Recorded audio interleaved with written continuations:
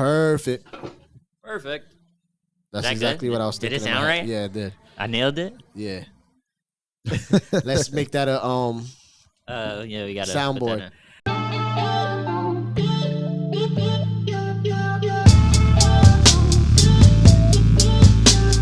All right. That's why I'm just used to just kicking it off. Just kick it off, bro. Do whatever you comfortable with. Real quick, y'all never watched Cheers? I've watched Cheers because you've told me to watch Cheers. Maybe Eric's watched Cheers. I've watched Cheers, like the reruns come when I was younger. Yeah, but it's as like long as you've seen it. I've seen it before. Okay. Like I know some of the characters. Like I was Ted Danson, right? Yeah. He's like the lead character. He's at the bar. I know the bartender. He's the bartender, right? He's the main guy. He's the bartender? Yeah, he's the bartender. Right. Why'd you ask? Because something you said just now made me think of he was doing a show. Like Fred Dry. Y'all know who Fred Dry is?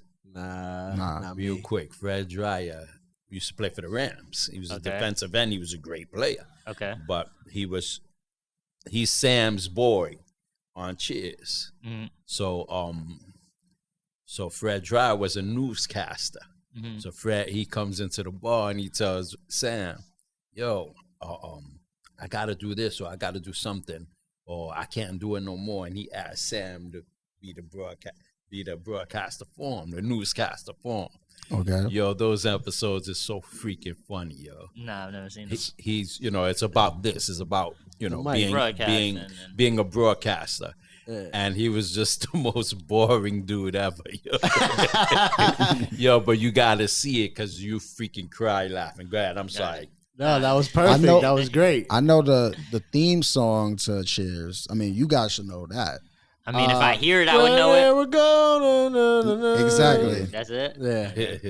Yeah. Nah, he always tries to get me to watch Cheers. I know. Yeah. I've watched the it a times few I've seen times. it has been funny. Yeah. I'm not gonna lie. I just know that the chick that was in Matilda. No, Look Who's Talking Now, the mom. Oh, the white chick, the white lady. Why am I forgetting her name? Oh, you talking about starts with a K, I think. the Scientologist. Is she really? Yeah. What is her name? Christy son? Christy Alley. I think that might be her name. Yeah. She was in Cheers. I know it started with a K. I know. I always know what it starts honestly, with. as a kid, I kind of had a crush on her. And Look Who's Talking She Now. was pretty hot. Yeah, she's pretty. Yeah. She was pretty hot. Yeah, she was like one of those top Hollywood chicks, right? Yeah. That everyone. Yeah. That's crazy. Look who's talking now. You talking about the That's movie the with Travolta? The baby's with talking. John Travolta. Okay. Yeah. Tell me we didn't start, right? No, we're on. unofficially I mean, we started. can start wherever we Yeah, start. we I just mean, talking. I don't Yeah. want to start with Cheers. we can start. That was just something that June But that's good to made warm me us think up of. into Yeah, the natural convo. Yeah. But so we on movies now. But Yeah, I mean, Like- now he's gonna do now I'm gonna do my thing. your thing. Go ahead, Whenever take you're the ready. floor. It's the No Politics Podcast, your weekly dose. If it's worth talking about, we talking about it. Yes, sir. What we talking about? Today we got a special episode. Yes, sir. Yeah. You do. Junebug. Gotta get. Oh, you Break want me it down. to? You already know, bro. Come I on. prepared a statement. I just didn't want to get it wrong. Normally I would just wing it, but it's important. This is different. This is special to me in a way. Here's the statement I prepared. I wrote, I think in today's world, especially with social media, there's always a light being shined on great stories and amazing people being highlighted. And it's easier for that to go viral because of globalization and how everything is widespread due to the speed and power of the internet. And yet somehow this story doesn't get nearly the recognition it deserves. And don't get me wrong, it does get recognition from people in New York City, basketball circles. But to me, this has always been so much bigger than that. He, as in our guest today, is so much bigger than that. And I'm not just saying that because he's my father. I'm saying it because I've seen his contributions recognized and praised on a smaller scale, but I've always thought it deserved a bigger platform. In my opinion, it's one of the greatest stories never told. Our guest today is my father, Tony Rosa. Tony Rosa, clap baby. it up, clap it up. Clap it up. Thank you for being here. Thank you. Facts. Thank you. We've been trying to get this going for a while. Yeah, Me and Aaron really been Like, wanting to do this for a while. Especially me, ever since I heard like, because I got the inside behind the scenes, so I heard some of the stories and you come up, and from the first time I was like, yo, there's no documentary on your father. There's no podcast, like none of that. Like I was wondering, I was very curious, and he was like, not that I'm aware of, and then like, this was years ago. This might have been 2014, 15. We was talking about that.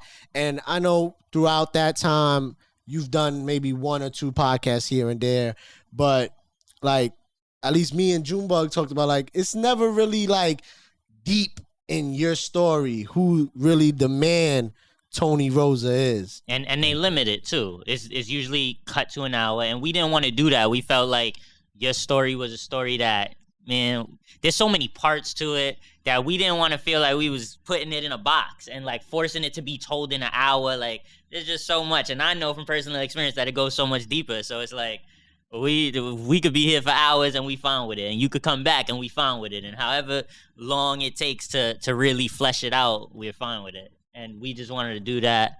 I want to say, I really appreciate you having me. Yeah, of course. And humbly, Mm-hmm. I just want to say, I love what you're doing. Appreciate it. Thank you. I've seen a couple of things that you guys have done. Very proud of my son. My son is very, very important to me. Thank you. Along with my daughter Allison. I got to mention my baby Shout girl. out to my sister. Of course. And Hennis is my stepdaughter. Shout out to my stepsister. Yeah, but I just want to say thank you for having me. Of course. Of course. We- It's an yours. honor. It's an honor. Yeah, and obviously this is the first time me and you met before, but I've definitely heard a lot of stories. First from Aaron, before me and Junebug ever spoke about you personally, Aaron was like, listen, like me and Aaron for a while been talking about doing some type of podcast and stuff like that. And then we would like come with ideas and it wouldn't really go anywhere. And then finally, was it late last year? Yeah. We kind of did, I guess, the first demo episode or whatever. Yeah, it was October of last year. Right. Yeah, we So, did it here just like this, just Right. us. and before that, you were telling me a lot about kind of your history and stuff like that. And I thought it was really fascinating because I didn't know anything about it. Yeah. To be honest, and kind of like what Junebug said to start, like there's a lot of stories that don't get told.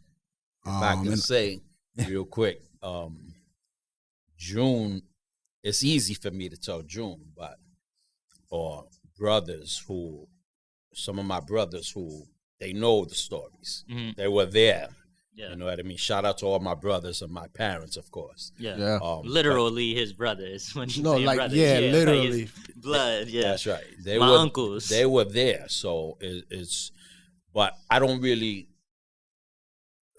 it doesn't faze me to tell anybody anything. Yeah. Yeah. I keep it. Yeah. You know what I mean? Me and God. Yeah.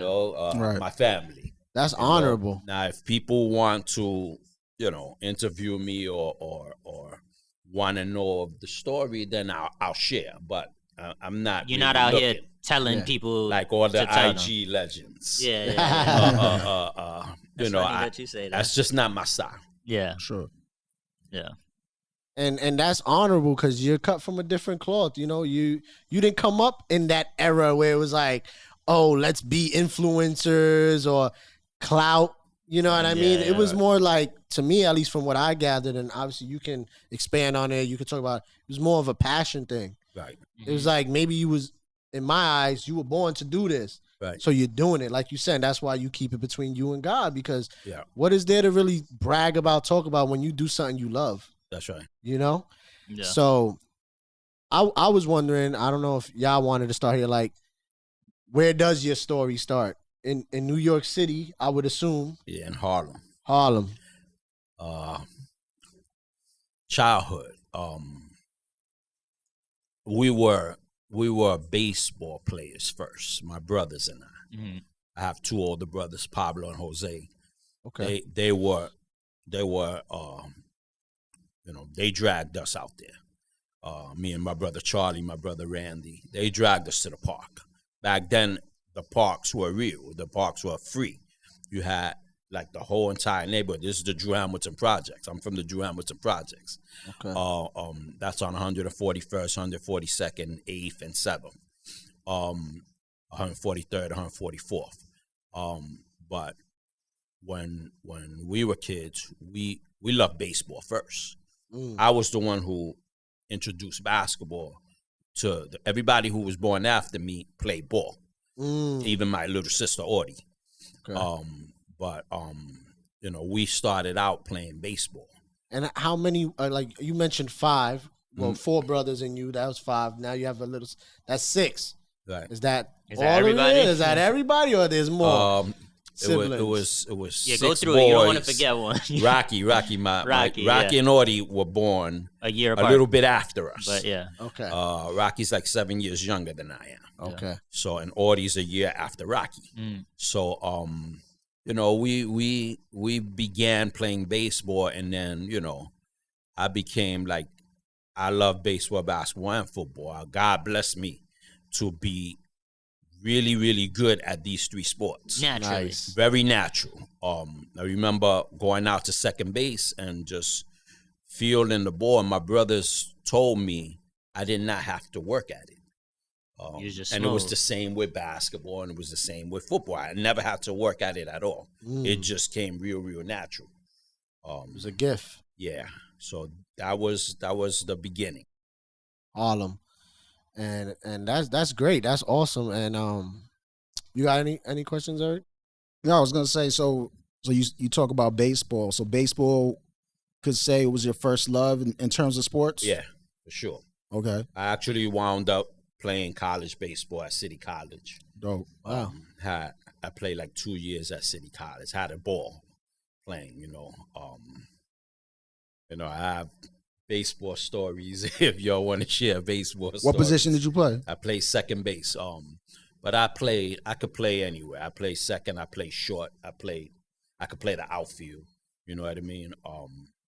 But in college I actually was a second baseman.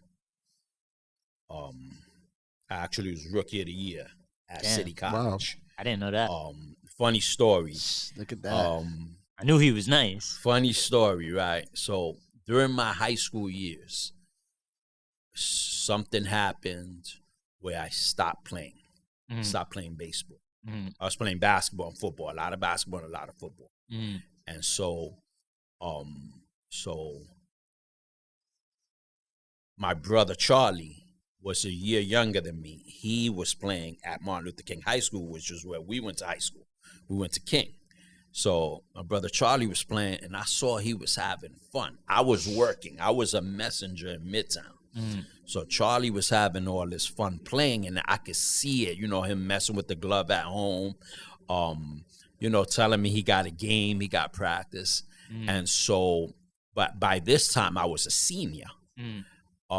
So when the next year came, I went to college, and just seeing the joy that my brother had, I said, I need that back. I need to do that again. Yeah. So when I get to college, I asked when it's tryouts. They say the team tries out at 6 o'clock in the morning. So I'm like 6 in the morning. I never heard of that, right? I was really a street kid. Yeah. So I show up at 6 o'clock in the morning with a sheepskin on, right? I just wanted to talk to the coach. Yeah. So I go just to talk to him. He said, tryouts started 3 weeks ago. His name was Nick Nakul. He was a Greek guy. Nick Nakul. I'll never forget him. I really loved that guy. So Nick Nakul tells me, trial started 3 weeks ago. If you want to, you can get in the batting cage so I can see what you got. Yeah. So I got regular clothes on, so I take my coat off and I go in the batting cage. Regular clothes, you in jeans or you at least in sweats? And are you loose or you got like jeans, you got, whatever you got I was wearing on? that day, right? I probably shoes on. I don't know. Yeah. I don't remember exactly, but I remember having the coat on. Yeah. And I remember a couple of guys who wound up being my teammates, watching me closely, and kind of they laughed about it, and they always would tell me about it afterwards. But so I get in the batting cage, and I haven't seen a fastball in 4 years, in at least 5 years. Yeah. So now I'm in the batter's box. The first pitch comes, and it hits the back wall. I didn't swing. The sound sounded like a bomb exploded. Boom. But Right? do you remember how fast the fastballs were It was coming pretty fast. Okay. I don't know the You don't speed. know the measurement. Right? So I'm like this again. So you just sizing it up. I'm fronting. Yeah. You know what I'm saying? The next pitch came, boom, hit the wall again. I didn't swing. Four straight fastballs. Boom, boom, boom, boom, hit the back wall. And so I'm like, you know what? Even if I don't see it, I gotta swing. This Wait, time. so you wasn't even keeping up with it? You wasn't even seeing Hey, it. June, Right? Yo. I tipped the ball Okay. on the fifth one. Yeah. Then I hit it weakly that way. Then I hit it. You know, I was getting a piece of it. You're getting the timing. You Yeah, warm up. yeah, you was trying to warm up to Yeah, it. it's been years. Yeah. So anyway, I hit a couple okay. Wasn't nothing for the guy to ask me to come back, right? So I leave the batting cage. I put on my coat, and you know I'm ready to grab my bag and go home or to school. And the guy tells me, "Come back tomorrow. I want to see how you play defense." I was stunned. Yeah. I was like, there was really no reason for him to do that. Wow. And this guy invited me back. So the next day I come with sweatpants. You know, I'm ready the next day. I have my own glove. You know what I mean? So he's sending me shots, and I'm feeling I was always natural. So I was feeling everything. And I just, you know, that turned into me being Rookie of the Year.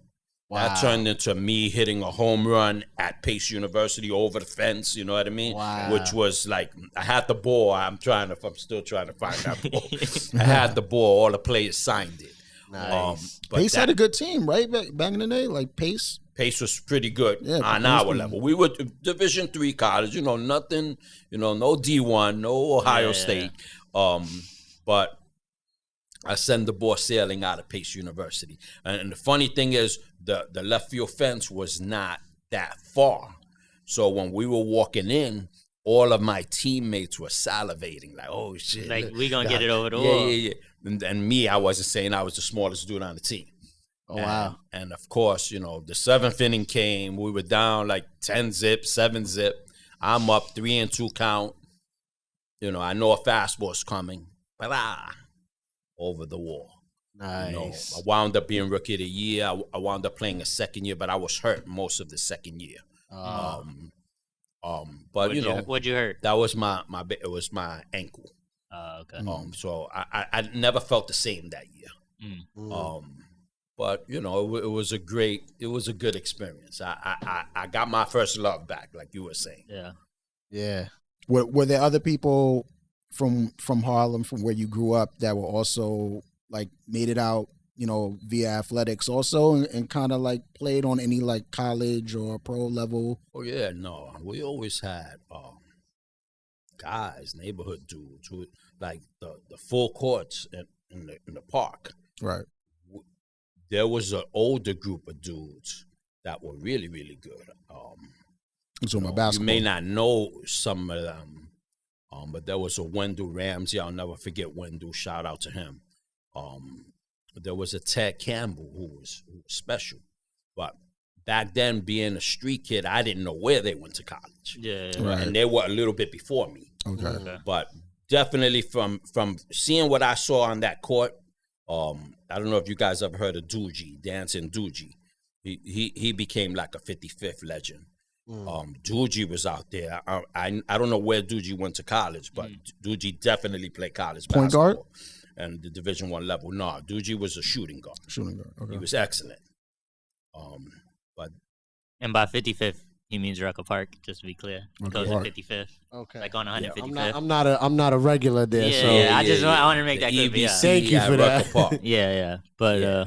I was actually gonna take it in this direction because you mentioned walking into Pace and seeing the left field wall, and I wanted you to, because I know the story, and I wanted you to tell the story about the Yankee Stadium wall.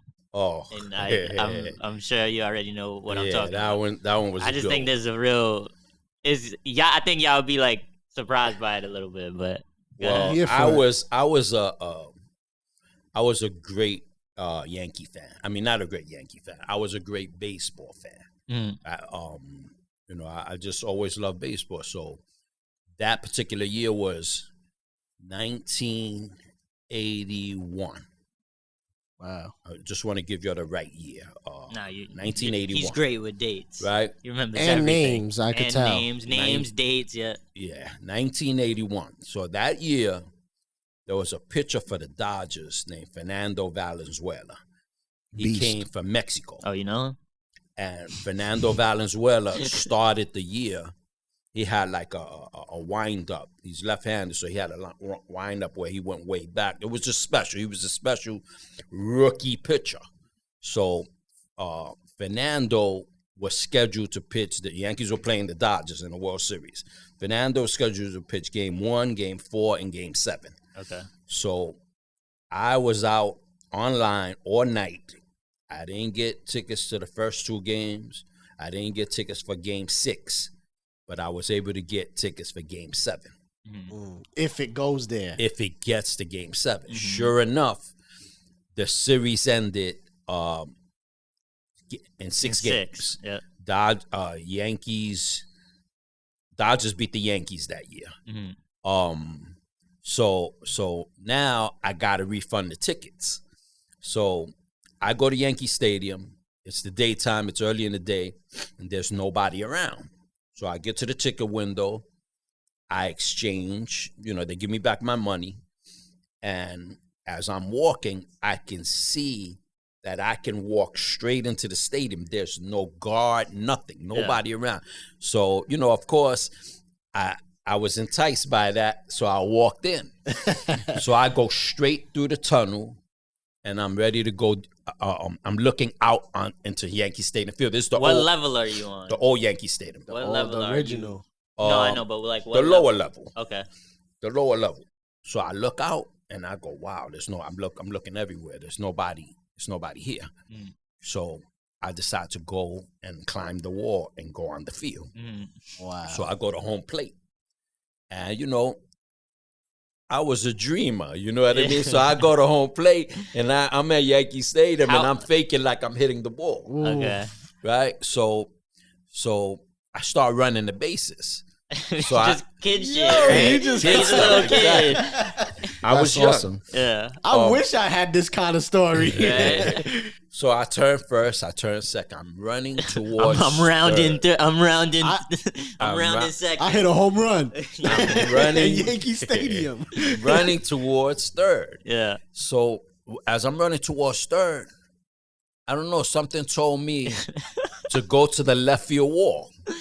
So I stopped. So I didn't even turn third. I started going to the left field wall, and I touched the wall, and the wall was mesh. Yeah. It was a mesh material. The sign, I think, was the 312 sign. I don't remember what the old Yankee left field sign was. It was the I think it was 312. I could be mistaken. Yeah. But when I felt the mesh, I told you I was a messenger. So after messenger, I was working in an art shop. I still made deliveries, but I was working in an art shop, and I would walk around with a cutter, a box cutter, because we cut boxes. No, you cut the So wall. I went to the wall, and I started carving the wall. Was you looking around like real shit? Yeah. I look back maybe once. Nah, you was into it. You had to get you it was done. committed. You just had to get it done. Pure commitment. Yeah. I was good at what I was doing, right? So I started cutting the wall, right? I sliced it, and I was able to roll the wall up. So I rolled it up, and I had the 312 sign. I think it was 312. I'm not even positive. It was a long time. This is 81. Yeah. So I got the sign in my hand. So I go back towards home plate, and then I go towards the tunnel. So as I'm going through the tunnel, I look to the left, and I see a cart filled with 1981 World Series baseballs. So I go to the cart, and there's a door. So I open the door, and the Yankees manager was Bob Lemon. Bob Lemon sitting there with coffee and like 2 people. They're sitting there. I mean, I don't even know if they noticed me. closed the door back up. I grabbed 2 baseballs, put them in my pocket, took the left field wall home with the 2 baseballs. Oh, I still got one of them. Did you run out of there? Did you walk? Because you sound real cool in it, like you was just kind of moving. If you play like you're supposed to be there, Nah. no one questions. I walked. I was. There was no one around. I could not believe it. Yeah. Wow. But I took the wall home, and the crazy part is, being kid-minded, we had a bed that had doors on the bottom. It had like drawers on the front of the bed where you could put your clothes. Yeah. So the middle part opened up, and I put the wall there, and I closed it. That thing probably was there for 2 years. Yeah. I did nothing with that wall. Yeah. You know what I mean? It wasn't like if I put what it against the wall. What are you going to do? You know what I mean? Or something. Yeah. Like Poppy was a big Yankee. Even my father and mother were big Yankee fans. Like they would have saw it against the wall. Like, what the hell is this? How did this happen? Yeah. But that's basically the story that you. That's awesome. So what happened to the wall? Just to be clear, because I've never heard. It started stinking. Oh, okay. So I had to throw it out. That's crazy, right? It was mesh. So imagine if he kept it, what that could even go for, maybe. Right? I mean, that baseball is probably worth some bread. I still got that ball. But like that's so like you looked into selling that? I never even but thought why? about it. It's a legacy Would you thing. sell it? Like, Why? Because money. I'm gonna give it to Junior so Junior can sell. okay, he got you. He got you. He will. That's a gift for my son. That might be a 6-figure baseball right there. You never know. You never know. Hey, I got it. I'm not letting go of that one. Yeah. Wow. One thing I know about Junebug, he's gonna get top dollar for that too. He's gonna do the research. He's gonna be like, nah, actually. These are actually the price of this is going this. I'm gonna wait. Like he's gonna have it all calculated. I'm gonna measure the market. He's gonna measure the market. Facts. Yeah.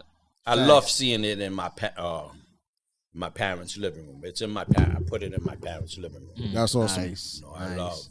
That resonates with me because as a baseball fan, baseball was also one of my first loves as far as sports, and I played Little League baseball and stuff. But I remember the first time that I went to Yankee Stadium, the old Yankee Stadium. And I remember the train. What is it, the D? E-train. The D, right? And the 4 train. And the 4, right. I believe I was taking the 4. Because the 4 is above ground, right? Yeah. So when you go, I don't know if you've ever been, Aaron, to the old Yankee Stadium. Oh, yeah. My uncle used to live down the block. Right. Up the hill. But I remember when you can see out the train window and you can see into the stadium, and I was like, it was like a little cut. It was like when they call Yankee Stadium a cathedral and they call it like church-like, it's like a religious experience. It really was like that for me as a kid. It's like a birthday cake on the top. There was times where I was in my uncle's house for the weekend or the week, and during baseball season, when home runs, we would hear like the erosion. That's unbelievable. Constantly, consistently, like it's like ingrained in my memories of hearing the Yankee Stadium reaction, man. Like I'll never forget that stuff too. So my parents, that's dope. My parents used to take us to every time they gave something out, like bats, like that day, ball day. Get it out, let it out first. Batting glove day, helmet day. Our friends used to hang with us. They used to try to get close to us just to go to the game for an opportunity to go to a Yankee game. Like when we would come back in the neighborhood, because we were walking distance, we could walk to the stadium. So when we crossed the little bridge that takes you into Harlem, and we were walking through the park, everybody would see our brand new shiny bats, and there was 9 of us. Yeah. You know what I mean? So everybody, our friends, the smart ones used to stay close to us. My parents were very, very genuine. The bleachers were $1.50. Wow. So the right field bleachers. So my parents used to take us there. My mom would have the thermos with Kool-Aid and sandwiches or fried chicken. Like we were blessed that our parents blessed us. Wow. Thank you, Mommy and Poppy. That's awesome. Yeah. Now, you mentioned your parents, so a little bit about your background. Your family is from Puerto Rico? Okay. They're from Fajardo, Puerto Rico. Both of your parents. Yeah, they came here. They came here separately and met in Brooklyn and got married. Wow. And That's crazy. I didn't know that. Yeah. I was automatically assuming like they met in Puerto Rico, came together. Yeah, that's what I thought. To but start they a actually new came life. and met in Brooklyn. Wow. If So did they I'm know not each other in mistaken, Fajardo? They lived in LES for a minute, in Alphabet City for a minute before Brooklyn, or I got to get that story straight with mommy and poppy. Yeah. What was your question? No, I was gonna say that. So you said they're both from Fajardo, but did they know They each other? knew each other in Fajardo. Yeah. Oh, okay. They knew each other in Fajardo. Okay. And they say that they didn't like each other. and then when That's how all the good I marriages was start. literally gonna say that. That's how all of them start. And then when they got here, somebody liked somebody. Yeah, right. Because they wound made up it with seven of y'all. of us. Yeah. So Fajardo is what, northeastern part of Puerto Rico. Oh, Yeah. man, that's funny. Yeah. Just before we even move off to baseball, because this is another good baseball tidbit. As a kid, and hope maybe this sets the stage for just to show the way you think, the genius behind it. As a kid, I always hear my uncles, your brothers, talk about you and baseball cards in the room when you were a kid. And just they don't know what the hell I'm talking about, but explain what I mean when I say that. All right, I was a kid. I love baseball, so back then it was real popular to buy a pack of baseball cards with like 3 cards in it and a stick of bubble gum. Mm-hmm. So I would get them more than most kids. Mm-hmm. And so I accumulated, and you know how kids. I don't know, you guys probably did it, but you flip cards. Yeah, and they have the stats on the with back, baseball right? cards, yeah. You flip cards, I think pertaining to the color. That's what kids did with baseball cards. But me, I used to actually go to my bed and put a pitcher here, the catcher there, the third baseman, the shortstop. You set the field up, basically. Set the field up, actually play a game. Like my brothers, simulate games. Yeah. My brothers used to think there was something wrong with me. Wow. This was fantasy baseball before fantasy baseball. Yeah, it was like simulating games, and you would do it based on like their statistics and. That's dope. Who they were. Okay. Pete Rose was always getting a hit in my game. Yeah. You know what I mean? He was going 4 for 4. They can hate Pete Rose all they want. Yeah. Charlie But Hustle. Pete Rose was my dude. You know what I mean? I was a big Cincinnati Reds fan. Yeah. Johnny Bench, Joe Morgan, the big red machine. That's But dope. I used to play on the bed, and my brothers used to look at me, and they used to just say, "Leave him alone. He all right. He gonna be all right." You know what I mean? But that's how I was as a small child. That's dope, though. That's cool. Like that shows the times. Like that's what you had to do to be creative and have your mind. And like he even said, he was a just dreamer. going. Like even from the Yankee Stadium story. Yes, and he was a dream. Like that's dope. That's cool. So dreams wise, Dreams. on the topic of dreams, if y'all don't know, he's a very popular basketball coach. But growing up, was that what you envisioned yourself to be? When did it change? Like, did you always see yourself as basketball? What did you see yourself as first? Was it just athlete? Was it like, what was it? You're trying to get to basketball, right? Nah, I'm trying to. Take me whoever you want. I'm just saying. The funny part is back to baseball. Okay, so it stays there. We had a softball team in the neighborhood, and we had a guy. We were losing late in the game, and my oldest brother Pablo was our manager. Okay. So we had a guy, D. Ferg, may he rest in peace. D. Ferg is a very well-known artist That's in Harlem. A$AP Ferg's father. Exactly, he's A$AP Wow. Ferg. He did the bad boy design. Yeah, The logo. For Diddy, the logo. you know him. Yeah, I know. He's Ferg. well studied. He's well versed. D. Ferg, his brother Cheese, and Money Mike. They were like our family, right? So D. Ferg's about to bat up with 2 outs in the 9th inning, and my oldest brother Pablo, I went up to him and I told him, no, don't let him bat. Put Manny to bat, a friend of ours, Manny Gomez, right? So Pablo disappeared from practice. We were having batting practice that week, and he disappeared. So when it was Manny's turn to bat, Manny was tearing the cover off the ball. You know what I mean? But Pablo, as the coach, wasn't there. Pablo wasn't there to see this. Gotcha. Right? So when I saw it, I was like, and then Manny came late to the game. Manny was just a mess. Okay. So Manny comes late to the game, and so Pablo don't know he's tearing the cover off the ball, and now D Ferg's up. Poor D Ferg. I told Pablo, yo, put Manny up for him. How old were you? I had to be like 10 or 11. I said, put Manny up. That's Put Manny. crazy. Pablo's going, like, you better be right. Blah, blah, blah. Manny How old goes was up. Pablo at the time? Pablo had You to 10 be. or 11? Because I could It imagine. had to be like 14. Okay. I could have been 11. Yeah, I could have been around 11. I'm just thinking, 12. like, how old, like, Pablo had to be that a 10 or 11-year-old, his 10 or 11-year-old little brother comes up to him to give him, like, substitution advice, and you taking it as the coach. Because I would have been like, where I feel that I became a coach. This is where I feel. I'm a basketball coach, but it began on the baseball field. When that moment came was the first time I made a coaching move. Decision. You know what I'm saying? And that's your first coaching at decision 11 ever. years old. 10 or 11, Yo, yeah. Put Manny in, like, Pablo was looking at me like, you better be right. You better be freaking right. Yeah. You know what I'm saying? Manny goes up to bat, pow! Hits Yeah. it over the center field fence. Yo, we are crying, laughing. You know what I mean?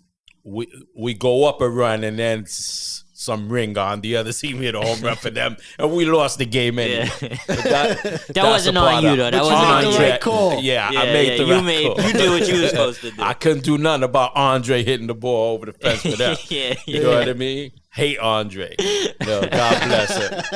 God bless Andre. But that's where I feel I began to So coach. you always felt like you had Had it coaching in. instincts, kind of like a feel for these games that you play. So even baseball before basketball, you always kind of felt like you kind of saw things in a different light, in a develop different way, yeah. before kind of other people maybe. Yeah, and that's kind of what I was trying to show with even the baseball card thing. Okay. And that's that. a shout out to my oldest brother, Pablo, who was a hell of a player, right? But he was a great coach. Forget about that. He disappeared on us. yeah, But for the 2 weeks. you just said that he wasn't at practice. He just wasn't a drilled good us. scout. He He didn't scout Manny. Keep it real. He was chasing girls in the neighborhood. Yeah. Anyway, He was 14 or whatever. Understandable. Like, whatever. Putting too much pressure on a 14-year-old. Yeah, right? yeah. So you know,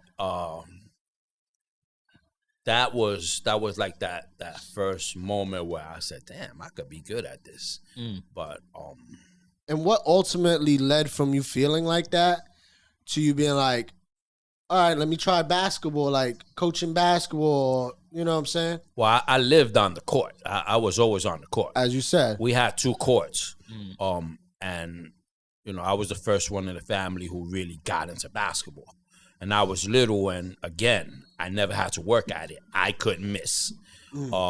They talk about step backs today. I was doing that in the 70s. You know what I'm saying? Without the travel. Yeah, without the travel, exactly. Yeah. Shouts And to I James had Harden. to do it Shouts to because James Harden. I was playing up, meaning that court, the main court, had the older guys on it.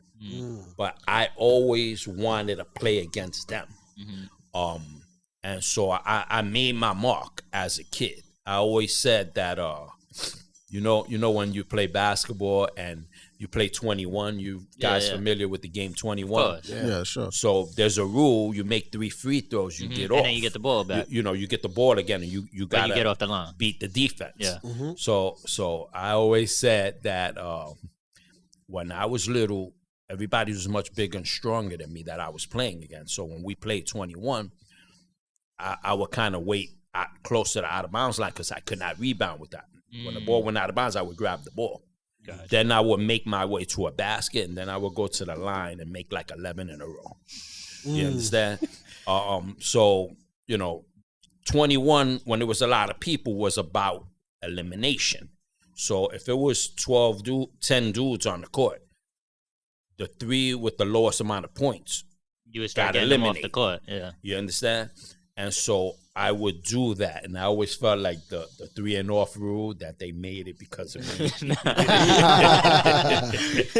I always felt that. You know what I mean? You heard it here first. That rule got changed because of Tony Rosa in Harlem not missing his free throws. The player, not the coach. The player. I would go to the line and boom, boom, boom, boom, boom. And the older dudes hated me. Yeah. It was 2 guys that were very influential to me. I want to shout them out.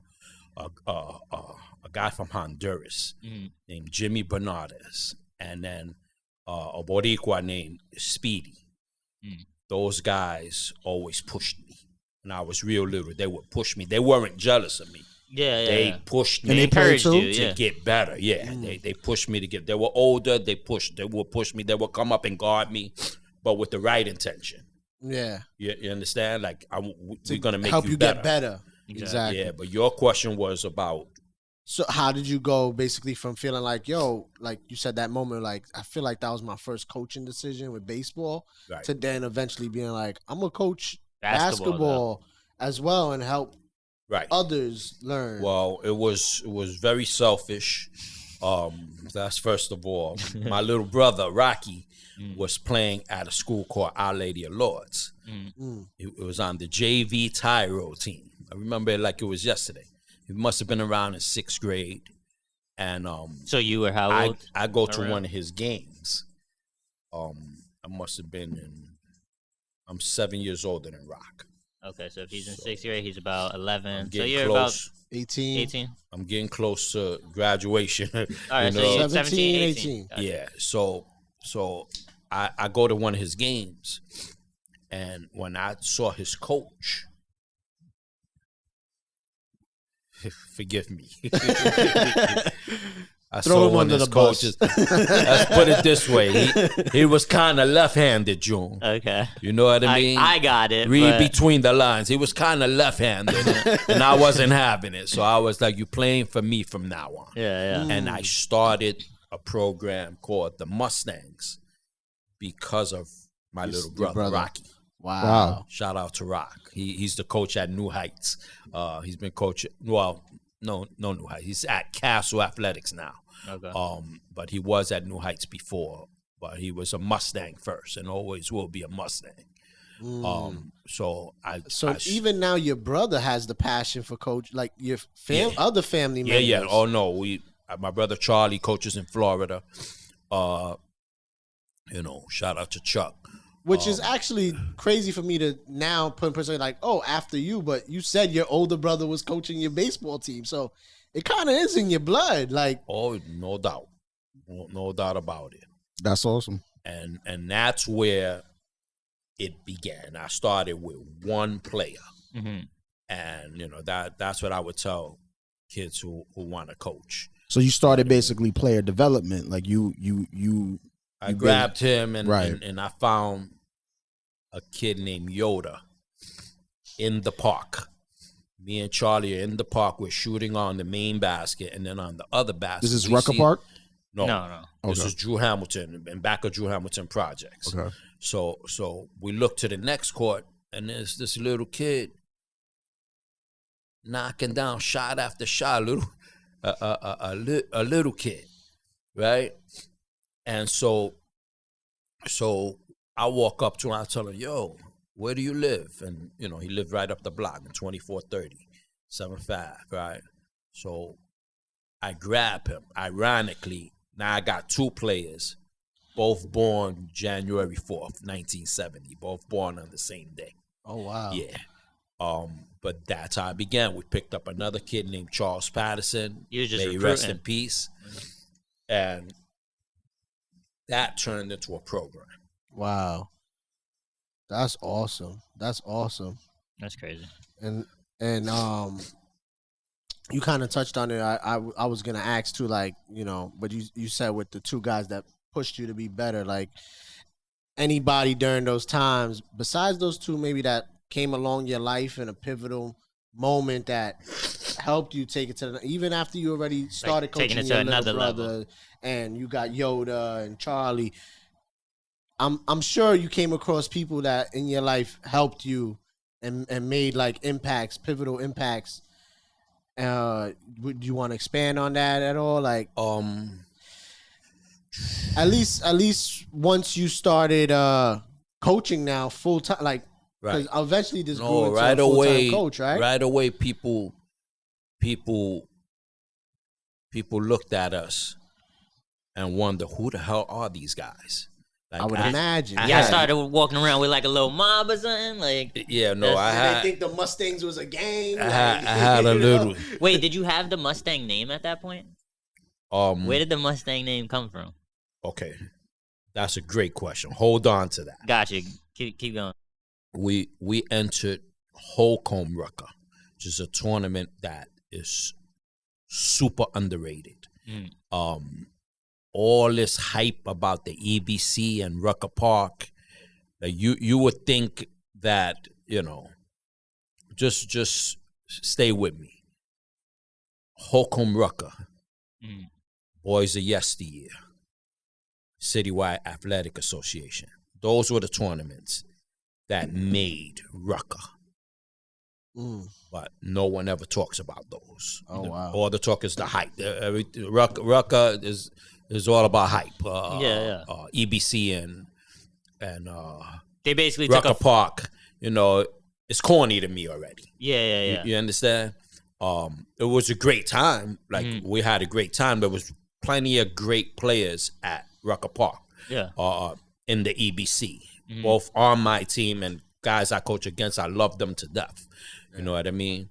But Holcombe Rucker, this gentleman in a little church called Mount Calvary handed me a Holcombe Rucker roster to put a 12 and under team in that particular tournament. So, what was the question, June? My question was, where'd the name Mustangs come from? So, yeah, we were called the Mighty Calves. Okay. The name of the place was Mount Calvary, so the guy, a gentleman named Mr. Lee, he named us the Mighty Calves. So we went with it. Okay. You know what I mean? And then a year later, I junked that name. And the Mustangs comes from Eric Dickerson and Craig SMU. James from the SMU Mustangs. Yeah. I fell in love with them. Gotcha. With SMU Mustangs. Okay. Craig James and Eric Dickerson were running Buck Wild every Saturday on television. And so when I saw the logo and they style grabbed me, and no one in New York had the Mustang name, so I grabbed it. Okay. Dope. Gotcha. Dope. So, I was going to say, you want to say something? No, go ahead. Oh, I was going to say, because I know you was coaching, like you just said, 12 and under. So there was a lot of even pro players. We was talking about this before. You said we was talking about Stephon Marbury, you said you wanted to tell that you would love to tell this story, and I love this story. It's a Stephon Marbury story when he's a kid. So, like, you just take us through it. Let them hear it. All right. So, Steph, I remember the first time I saw Stephon Marbury. He was 10 years old, and we were at a tournament called FIT Fashion Institute on 27th Street. So we're at this tournament, and one of my mentors, a gentleman named Doc Naselli, may he rest in peace. We're sitting there, and Stephon Marbury is 10 years old. He's walking across the court with this little swag of his, right? And Doc tells me, you see that little kid right there? He's going to be a pro. I'm like, okay. I loved the way he walked. And I already knew his older brother, Juju, Norm Marbury. That kid had the swag. The way he walked, I love Juju. Hell of a ball player, too. Right? I seen the documentary, the Kid from Coney Island documentary where they expressed that his brothers were playing ball, like Right. they were talented. So Yeah. he had something to look up to inspire him to be like, I'm gonna make it though. Like, Yeah, he even had older brothers that had a reputation at Lincoln High. So they all went to Lincoln. One of them name was Don Marbury. I remember that name clearly, but I never saw him play. I just saw Juju, Norm, and then his other brother Moses. They were calling him Zach Marbury. Zach Marbury played at Rhode Island. Okay. People know Zach. But anyway, long story short, we're about to play against Stephon Marbury in a tournament, the same Holcombe Rucker, where, you know, the best tournament in New York was Holcombe Rucker, right? So we're at a game at IS-10, which is now called FDA. We're sitting down. I'm sitting here, and I got 2 kids here, 3 kids to my left. And here comes Stephon. And by now, we know each other, right? We're playing each other in different tournaments. We got them in an AAU tournament. Got them by 30, matter of fact. That was Young Life. We took care of Young Life that day. It was the AAU regionals. We were supposed to go to Salt Lake City, Utah, and I canceled that trip. I was never gonna go to Utah. Yeah. Right. So Steph comes right next to me, and he goes, "Hey, coach, how you doing?" I'm like, "What's good, Steph?" So Steph tells me one of the meanest things I've ever heard from any basketball At player. what age again? 12. Oh, No, he 12 was now. 12 now. Okay. So Steph tells me, "Who's Bernard?" I said, "Why do you want to know who Bernard is?" He goes, "'Cause everybody's saying he'll bust my ass." Yeah. Woo. I look to my left, and I go, "Steph, meet Bernard." Bernard was sitting right next to me. Wow. Teddy Wheeler next to him, and Teddy Wheeler is the father of Xavier Wheeler, the point guard at Kentucky. Oh wow. And they were your players at the time. They were my players. Yeah. And Bernard was a killer. One of the better guards in New York. But it was the way he seeked Bernard, because all his teammates was guys like Skip, Skip to my Lou. Wow. Skip I to didn't my know Lou, that yet. Ray Ray for for Austin. Yeah. There was guys like Kareem Reed, Mace, Cam. Wow. Wow, They on the used same to team? play. They were all Young Life kids. Cameron was a Gaucho first, and then he was at Young Life. Wow. But it was the way they were bothering Steph. And then Steph needed to find out who Bernard was. They were telling him Bernard will bust your ass. And so I introduced them. And Steph, you know. He was respectful, or he Yeah, like no, laid the he was gauntlet respectful. down, like, He just was like, you know, sized him up I just to know, check you him know. out a little. I'm gonna see you eventually. Okay. You know? And then that day came in a big tournament called Little Lads. But even before Little Lads, just so y'all know, I know y'all saw the tournament just now, March Madness, and y'all saw Shaheen Holloway, Yes. Yeah. the coach at St. St. Peter's, St. lead them Peter's. to the Elite Eight. Yeah. Well, Shaheen, in that very tournament that I'm telling you about, Shaheen was my point guard. Wow. And Shaheen wound up. They got eliminated in the semifinals. We beat Gauchos in the semifinals, and then Shaheen was my MVP in the Holcombe Rucker Championship. We beat Gauchos and a guy named Gary Saunders. Shout out to G Dogs. That's my dude. I love that guy. But we beat the Gaucho Scientific Map. These guys are big names in New York City basketball.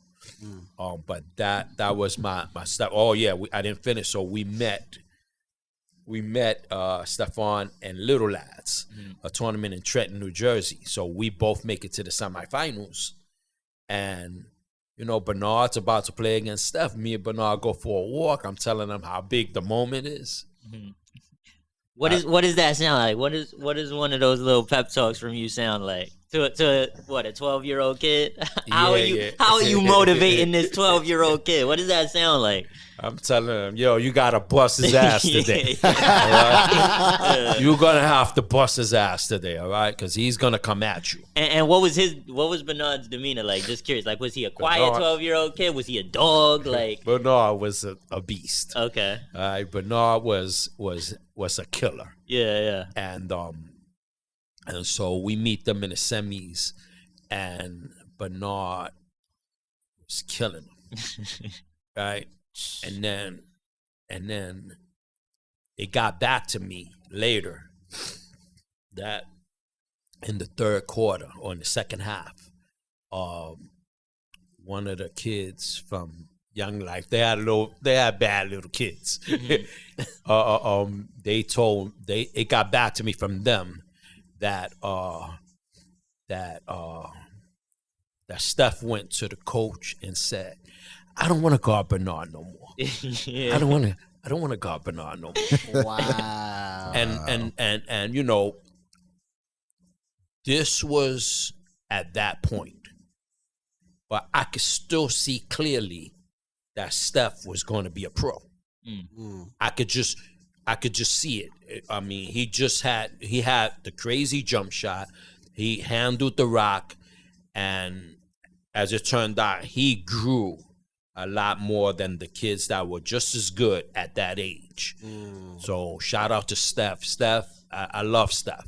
You know what I mean? I've always loved Stephon Marbury. He's a guy who was in the NBA and used to come to 55th and play every game for Fat Joe. Yeah. Shout out to Fat Joe. That's my dude. Shout out Fat Joe. Fat Joe. I'll be seeing Fat Joe in your comments. Yeah. On Instagram. He be bigging you up. Joe always he shows you love. Yeah.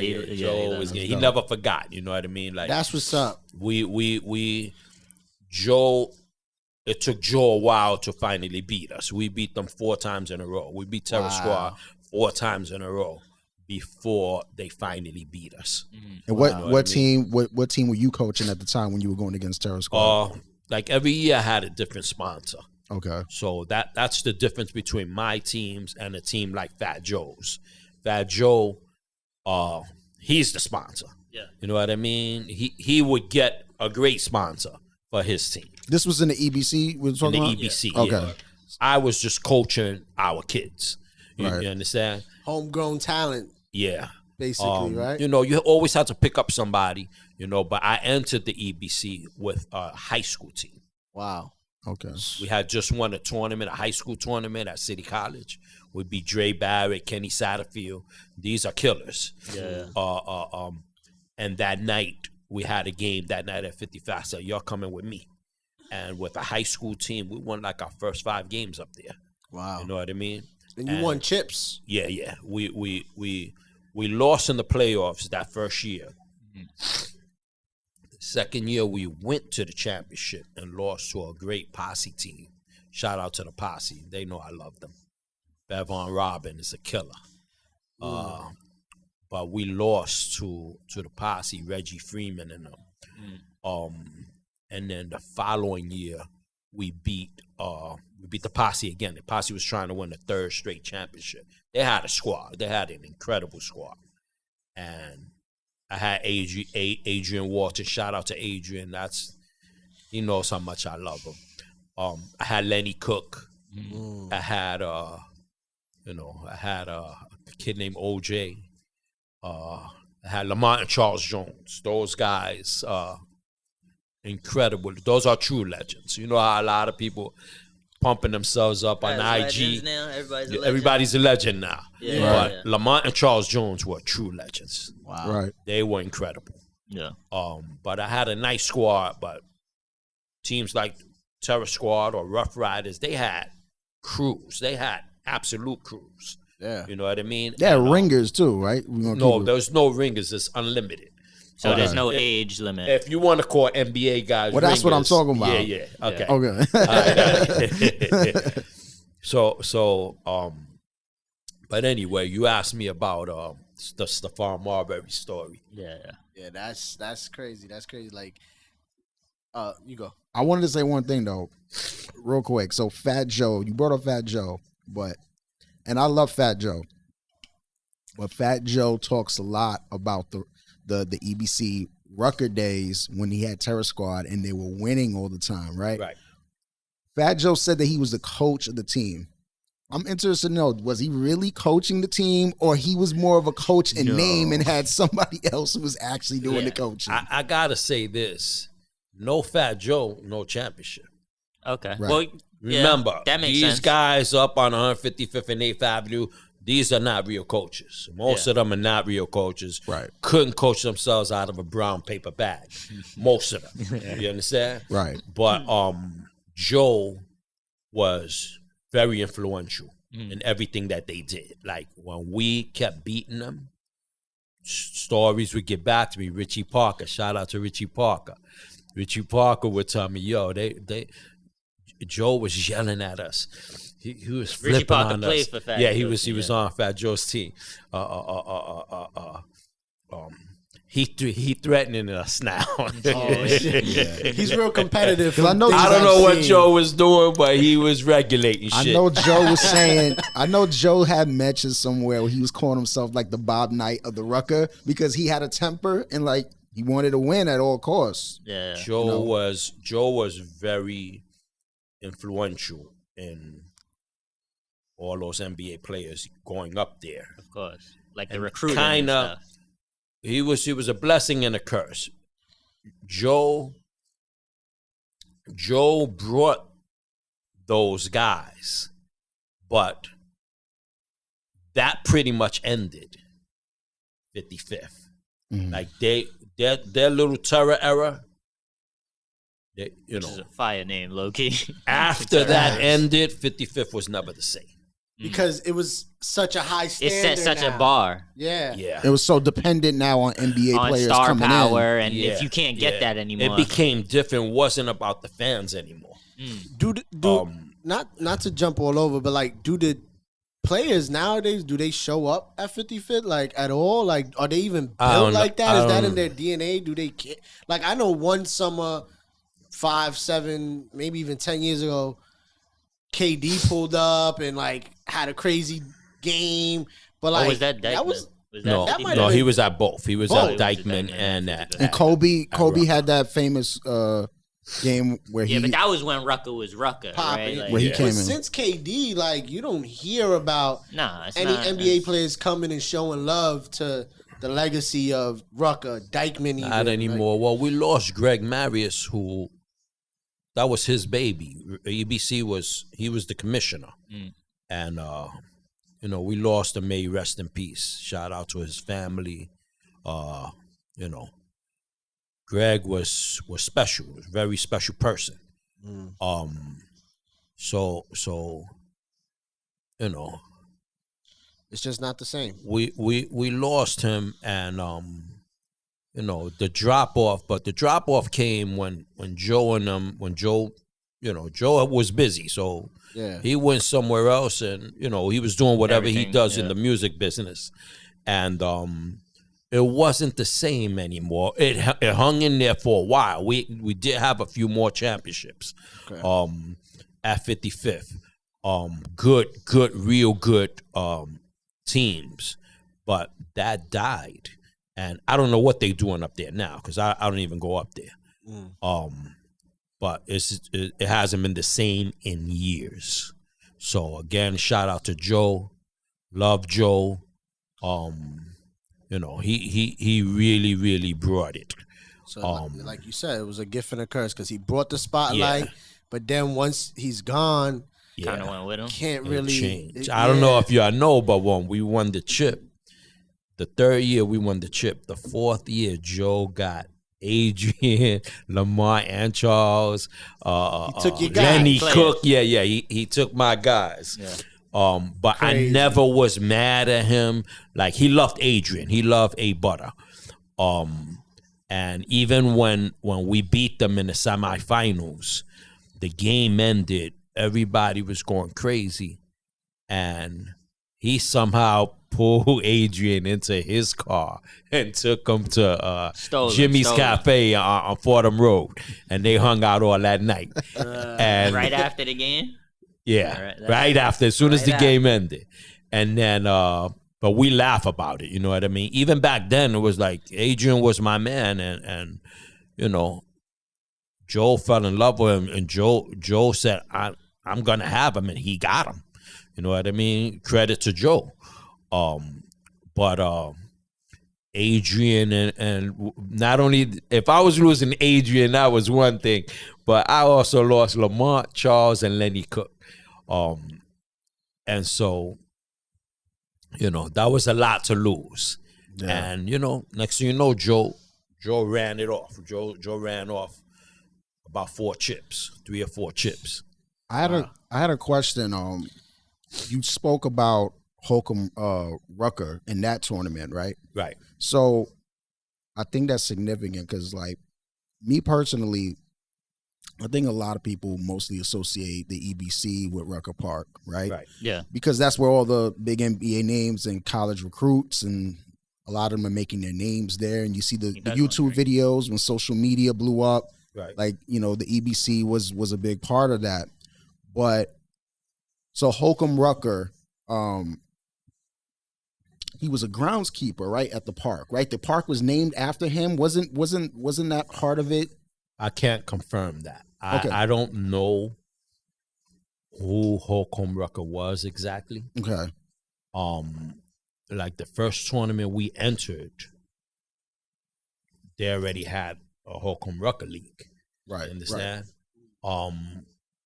That park was named after him, the 55th Park, where they had the EBC. Mm-hmm. But the Holcombe Rucker games were at a park called Colonel Young on 145th and Lenox. I see what you mean. There was always mix up about, you know, people get mixed up with, because of that name. Right. But 155th is Rucker Park. Holcombe Rucker, the league, was on 145th and Lenox and at Millbank. Okay. The reason I bring it up, I don't know if you've seen this movie before or any of y'all, but like there's a movie about a basketball player called Earl the Goat Manigault. Yeah. I met Goat. Okay. I actually played. Is he the dude that would take the quarters off the backboard? Yes. Okay. Yeah. Off the top of the backboard. Yeah. You seen that movie? So it's an HBO movie. I've heard about him since I was a kid. Like legendary. Yes. Like this dude could jump over anything. Like there's an HBO movie that was really good. Don Cheadle was the actor who played him in the movie. And long story short, Holcombe Rucker in the movie, he was played by Forrest Whitaker, the actor. And the way that they picked him, and I don't, Forrest, right? Yeah, I don't. My man. They might have been taking creative liberties, and that's why I asked you because I wasn't sure. But from what I understand, Holcombe Rucker was like a groundskeeper at the park, and they ended up naming the park after him. He's the one that would put the paint. He would clean up. He would manicure the park to keep it fresh. Wow. And Earl the Go Manigault was one of the greatest players who ever played at that park, and he mentored him. And that dude, like, I don't know if he was from Harlem or not. I'm not sure, but he was definitely from the New York City area. And people like Lou Alcindor, who ended up becoming Kareem Abdul-Jabbar, they say that he was the greatest player to never make it to the NBA. Interesting. Because he ended up falling into drugs and going to jail, and things went whatever. But he was like one of the greatest basketball players and street ball players ever. Like played against Dr. J and Kareem Abdul-Jabbar at the Rucker Park tournaments back in the days. We're talking about in the 70s. I can confirm that. Okay. Right. And he was giving them business from what I heard. Yeah, no. Giving him like I think Connie Hawkins and a lot of these old school legendary NBA players. Wow. Yeah. First of all, Goat, he was a nice man. He had his own league. It was called the Goat. And it was on like 97th Street in the West Side. I was gonna say that's crazy because it's named the GOAT after him, right? And now GOAT is now greatest of all time right. now, and it gets thrown all over the place. But continue. Right. That's right. Well, that's funny. He was a hell of a nice guy.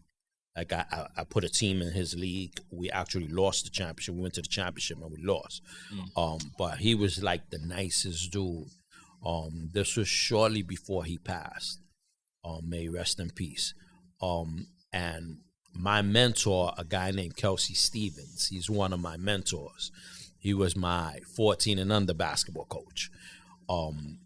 Kelsey was a baller. So Kelsey was nice.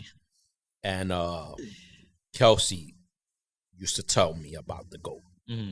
So I know that he was. I like when somebody who was there tells me. Yeah. You understand? Like, you got so much That's faith. why we got you right now. Like, But exactly what it is. to be Same fair, vibe. Manigault was like several generations before you. Right. You know, like he's older. Like, I mean, if he were alive today, he'd be in his 70s. Right. You know, but yeah, I just, when you say Rucker Park, because like that's the first thing that I remember. 70s is mad generation. No, not 1970s. I'm like 70 something years Like, old. that's what I'm saying. Oh, mad okay. generations before you, right? No, but Kelsey confirming it for me. Okay. That matters to me. I don't want to hear about somebody and there's no proof. That's all you get on Instagram. Yeah. A lot of nonsense. Yeah. You know what I mean? But that's confirmed. The GOAT was all that. Nice. You as a basketball coach, I'm interested also, like, what would you say were your influences in terms of coaching style? Like, if you had to kind of characterize yourself as a coach, are Good you question. more a player coach, motivational, or you're somebody like how X's would and you? O's. Yeah. Like, what I'm is it? X's and O's. That's what the misconception of these Rucker coaches, street ball coaches, is like, you know, they're managers. You know, Right. you get the strongest crew, you're gonna win. Mm-hmm. But I'm an X's and O's guys, always have been. I control tempo. I always control tempo. As a coach, from the start of the game to the end of the game, and I always made in-game adjustments, change games totally as a coach. Was there any offense that you ran particularly? I don't mean to sound arrogant right now, but there are very few people who could say what I just said. I mean, I've seen you do things as a coach. Like I've seen the game start, the other team get the first bucket, and you'll call the timeout right there. Like, I've seen you just like do just unorthodox stuff as a coach. So you really do like control tempo and just do. And the important part is to wind up winning that game. Mm-hmm. Like, there was a game I was interviewed by NBA Inside Stuff. So they were doing a feature on me, one on Fat Joe, and one on Bone Collector. Right? Yeah, I know who Bone Collector is. So He's a dude that be on Instagram going crazy with it. So I never seen it on Instagram. Yeah. But I Well, heard now about he's him. pretty popular on Instagram. He's always. But he was a street ball Yeah, player. Did he play in N1 as well? I don't know if he played in N1, I don't but I think know he he did. was with Rucker. I just Rucker. remember his name and Yeah. Rucker and all that. sick handle. His handle was disgusting. Incredible, Right? And he always So- played with the do-rag on. Yeah. He always Classic. played That's with the do-rag legendary. on. That's Yeah, kind of yeah, crazy right there. yeah, Nah, I'm yeah. sorry for throwing it around legendary. But that's No, dope. but he was. Yeah. He's one of those guys that is true. Yeah. His handle was legendary. Yeah. You know, and he could play. Yeah. You know what I mean? He was a player and a good dude too. But where was I? with NBA that? inside stuff. NBA inside stuff. So we're playing against Homicide. And shout out to Homicide. And that was another Bone, killer. Bone Collector and Homicide were both on that We're team. both on the same team. Yeah, Exactly. I remember that. So we're playing against Homicide, and I mean, I'm being featured, and they're smacking us 24-8 to start the game. Of course, I flip on my team, and I made one important adjustment. You guys heard of Baby Shaq? Of course. Baby Shaq, Okay, Dominican. you know. Yeah. Hell of a ball player. Shout out to Baby Shaq. Right? So I decide, when I looked at my team real good, I was like, we got nobody for Homicide. And Homicide was a daredevil. He would just dart to the basket, and he was strong as hell, and he would Slam it on him. not slam. Or He would try. make layup after layup after layup. He was tough. And I actually put Shaq, baby Shaq, who was a power forward, to guard a 2-guard killer who reminds me of DeMar DeRozan. They're about to play my Bucks right now. Yeah. Right? So 24-8 turned into 32-32, turned into 68-51. Yeah. Wow. Something like that. That type of score. Yeah. You That know? adjustment allowed him to kind of contain.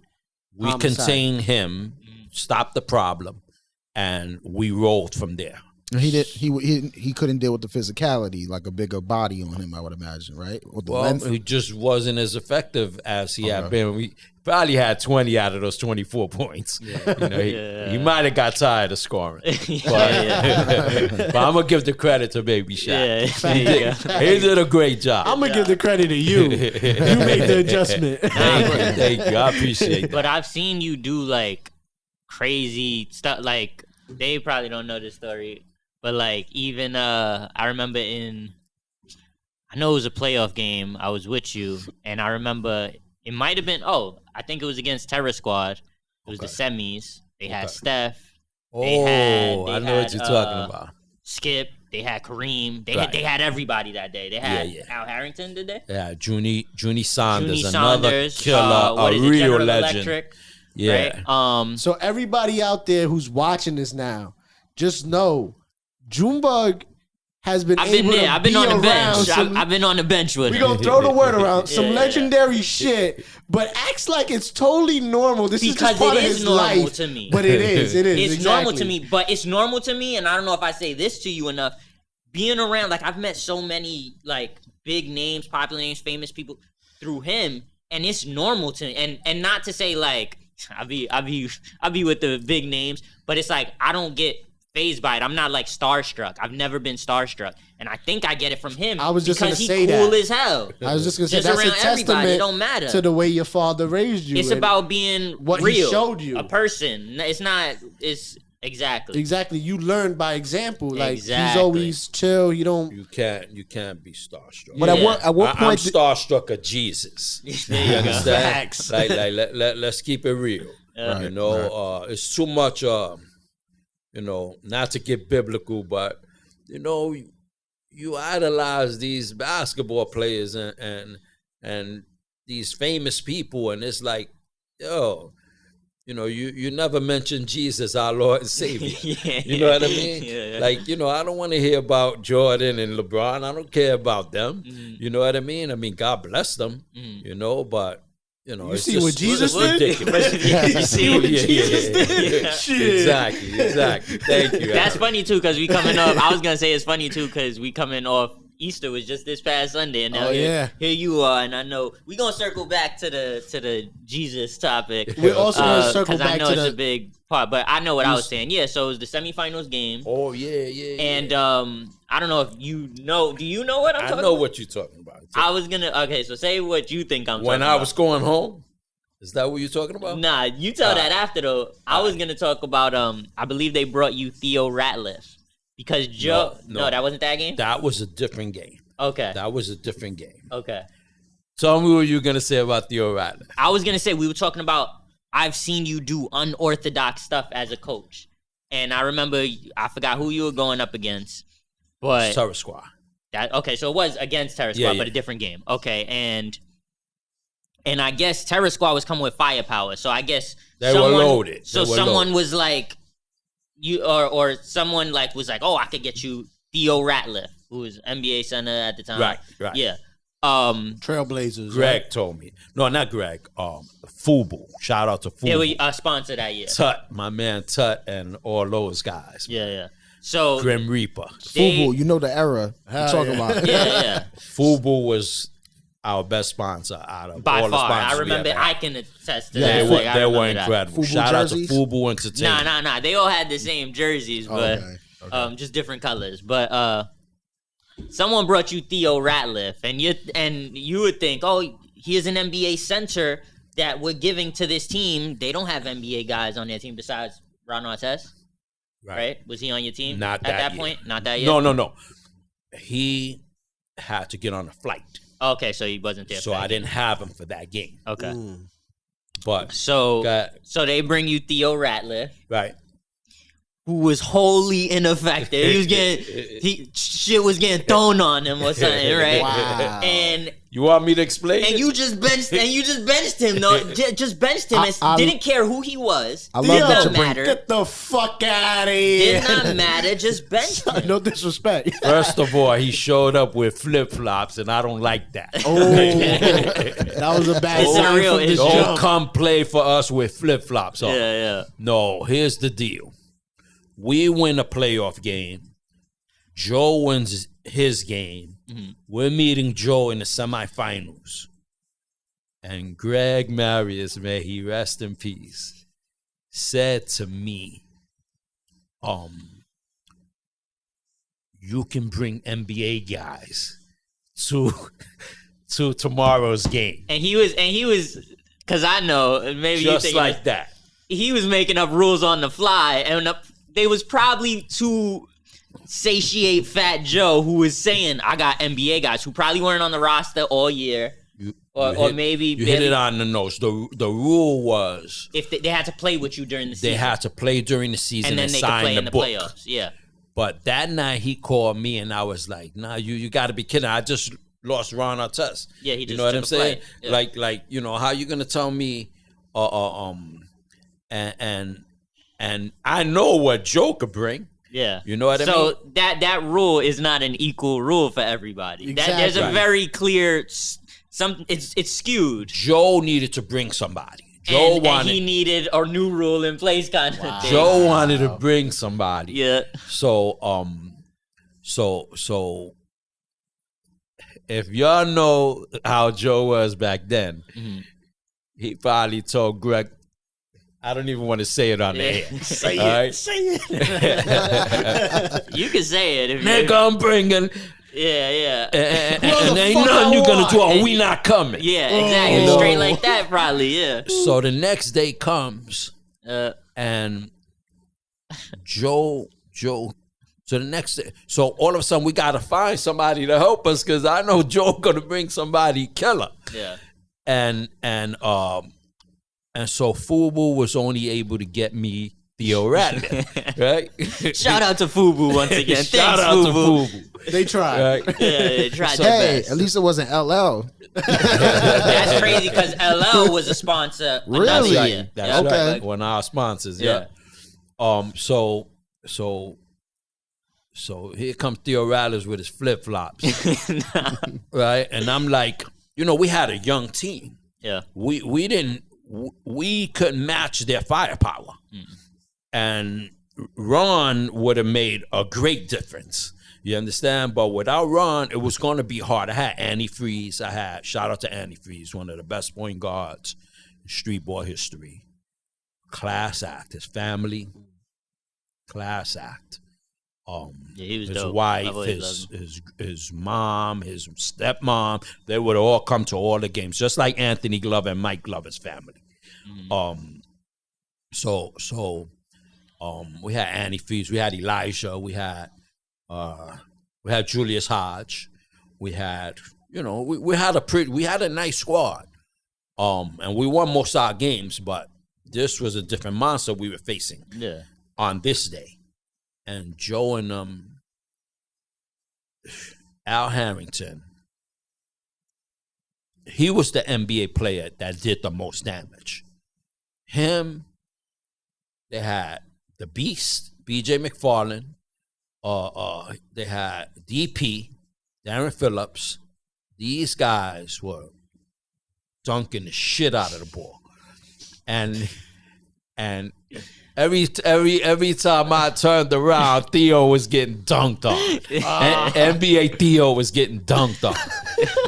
Now this is Theo Ratliff on the 76ers. He was on a few teams. Well, what in year NBA. was this? Well, what year was this? That'll tell us. I don't even remember. Could have been on the It was Hawks. early 2000s. He played for the Hawks, too, right? Hawks, yeah. I thought Blazers. Did he play for the Blazers too? I don't think so. He played on several NBA. But I know he was on the Hawks for sure. I know his best season was the year that AI and Philly went to the finals, and he got traded from Mutombo during his best year because they were prepping for Shaq and Kobe and the Lakers, and they thought Mutombo defensive player of the year, like whatever. But Theo Ratliff, he was. His best wasn't that night though. Yeah. I mean, God bless him. He was a damn good NBA player. Yeah, he was solid. But that the energy at 55th in those days. It'll tell you who someone really is, kind of in a way. Yeah, you gotta bring it. skills. You gotta have that heart to Al play Harrington. Al Harrington had New Jersey energy, and Theo Ratliff, I don't know where he from. Yeah, wherever that is, they wasn't enough. He didn't bring it. Yeah. And so I benched him the entire second half. I didn't even want to entertain him in the second half. Yeah. And I bring that up just because I watch the NBA and I watch coaches and I watch them cater to players. I watch them cater to star players. I always hate when I see that because I grew up watching my father coach. And I've seen my father say, I don't give a fuck who you are. You not effective, you're sitting on the bench. Exactly. But that's a real coach. That's what makes a great coach. Yeah. Thank you, son. But that's a real coach, and I tell when I'm in our group chat and I'm talking my shit based on what I'm seeing in the NBA. I'll be real, like I would have benched him for that, because I've seen you bench someone for less. You know what I mean? Like, we need to get I bench people hard. Yeah, we need to get Coach Rosa to coach the Knicks and have a conversation with Julius Randle. But anyway, that's another discussion. He'll be gone real quick. Yeah. We'll use him at a team. Yeah. Sign me up. But what story? What story did you think I was saying? What you said after the game? Okay. What were you talking about? What I thought you were going to say was when we first met Fat Joe in the semifinals. So they got Kerry Thompson, they got Steph, they got Junie Saunders, like I said earlier. He was a killer. They had a kid named Showtime, not Showtime that went to St. John's. No, there was a Showtime before him. He has the same name as Homicide. Corey Williams is his name. He got to be from 914, from Mount Vernon or New Rochelle, from that area. Yeah. Killer, right? So they had a squad. They had Tone Greer. They had this guy. They had Black Graham. They had a lot of freaking guys on that team. And now we're going neck and neck with them. It's the semifinals, and it's about 2 minutes left in the game, and they called a 24-second violation for us. So we're like, yeah, we got the ball back. We needed that possession. Fat Joe went to the scorer's table. I remember this. Fat Joe, this was in the overtime. This is in the first overtime. Because they said it was 3 overtimes. It wasn't really 3 overtimes. It was 2 overtimes. Right? So Fat Joe goes to the scorer's table and started regulating these dudes. I thought he put his finger on one of their foreheads at the scorer's table. You know, next thing you know, the refs blow the whistle, beep, terror squad ball. I said, what? Oh, I know you lost your shit. I said, what? I said, we out of here. Yeah. I grabbed my entire team and went to the gate. You know what? I actually think I seen this in a documentary. Possibly. On YouTube. I've seen it before, too. I've seen it. But they don't show that part. They don't show the part, but they say, oh, the team's leaving. Yeah, then they get y'all to come back. Yeah. Let me explain. So we go on to the exit. But that's some bullshit, right? This is some shit you don't see nobody doing. I don't know. I've seen it. So for me, it's like we out. That's my standard. We go into the exit. We out of here. My whole team, what I love is that they my soldiers. They were always my soldiers. And no one hesitated. Everybody just went with me to the gate. Problem was, there was no hole to go through. Because it was there packed. was It was people crazy. everywhere. You understand? They're like, y'all gotta finish this game. Yeah. They holding y'all. Yeah. So I'm from Harlem, so there's Harlem dudes in the crowd yelling, Tone, no, Tone, don't do it, Tone.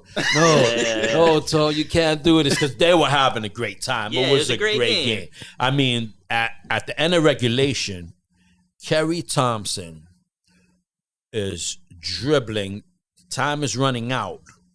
We're up 3, and Kerry Thompson was by the scorer's table at half court, falling into the audience, getting away from our guys, and threw the ball up from half court. The shit hit the backboard and went in. Yo, those people lost it. Fat Joe took off his shirt. Yeah. He I put seen the the belt. belt. He put the belt around his waist, the wrestling belt. The belt was. And started running around. But that wasn't his. Was that Hannibal's? It could have been Hannibal's. Hannibal always walked around with the belt. At that time, yeah, probably shout out to Hannibal, one of my I always favorite loved announcers. him. Yeah, and I don't hear his name enough. Class act, But he was wonderful person, Hannibal. I miss you, brother. If you're watching, brother. But Joe ran around the court. The people went crazy. You know, that's what happened at halftime, at the end of regulation. And so that's why you gotta love Joe. You understand? Like, at that moment, Joe was emotional. He was into it. You know what I'm saying? He really, really wanted to win. And then Adrian takes them apart in the second overtime. But when they finally talked me into going back, we said, okay, we'll play the last 9. The referees decided they're going to put 9 seconds on the shot clock and give them the ball back. So they did get the ball back. But to me, the delay, which took about 10, 15 minutes before, maybe 20 minutes before we got back to our bench to finish the game, that was an adjustment. You understand? That was what I'm talking about. No, you don't let them walk all over you. Fuck you. We out of here. You understand? Like, I could have went home and I wouldn't have lost sleep. I don't think I would have lost an ounce of sleep. And my guys was with me. They were right there with me. And then Adrian goes crazy in the second overtime, and we beat them. Nice. You know? Whew. We beat them. I was going to say, because you was talking about how Fat Joe probably pressed someone at the scorer's table, and the refs gave him the ball. That reminded me of, and I did not want to forget, that reminded me of, because you was probably hot after that, right? You was mad, yeah, right? No doubt. That reminded me of, like, I've seen the refs, like, absolutely just some BS from the refs. And we all see it, you know, and especially I'm biased, obviously. I'm on your side and stuff, you know, so, you know, I'm seeing, you know, bullshit. I have a career with dealing with those bullshit ass refs. I know, and that's where I'm going. And shout out to all you bullshit ass refs. Right? So I wanted you to tell the story about the Bronx 12 News. Oh Lord, this is a good one. I love this one. Bronx 12 News. It's a tournament in the Bronx. Short, but it's quick. It's called UDC. Hell of a tournament. So a lot of the Harlem teams would go up there to the Bronx. And we were in the championship game against Riverside Church. So we had just won the chip the year before. And now we're in the chip, and we got a young team. Our team happened to be younger that year. And, you know, we made it back to the chip. So now we're in the game, and the refs are murdering us, right? So I got to where I couldn't take it anymore. And the action was on that end. But here I am walking onto the court, towards the middle of the court. So somebody grabbed the rebound, and now they're transitioning to our end, to the end where our bench was. Where you're already walking, right? Man, the poor referee, when he turned around, I caught him like this. I caught him like this referee, right? And mushed him, yeah. I caught him real good. and Bronx 12 News caught it too. That's crazy. hilarious. Bronx 12 News caught it too. And so when I get home, when I get to my father's house, maybe a day or two later, I walk into my father's house. He goes, "Son, I want you to see something." he taped it. Oh, wow. Yeah. Right? You know, Bronx 12 News, they show it over and over Yeah, and it's over, the the same same thing. half-an-hour show, right? It's just so one it's the channel over news. and It's a over. newscast. Yeah. And so he goes, "Son, I want you to see something." And he turns on the tape. He recorded it, yeah. He recorded it, and he got me Just mushing. mushing. I'm sorry, Sorry. but he kept repeating He it, mushing him kept and mushing him and mushing him. And he's telling me, "That's what you do, son." Yeah. This the coach I be hearing about. Yeah. My father. Shout out to my dad. That's Bobby, that passion, though. That's Pablo Rosa. Yeah. That, facts. But So that's that was passion. funny. That was funny. Yeah, man. Anything else you want to touch on? Eric, I feel like you might have some questions. Come on, Eric, give me a question, man. Well, Heating you up. kind of you kind of spoke about I'm warming up, Eric. you heating up.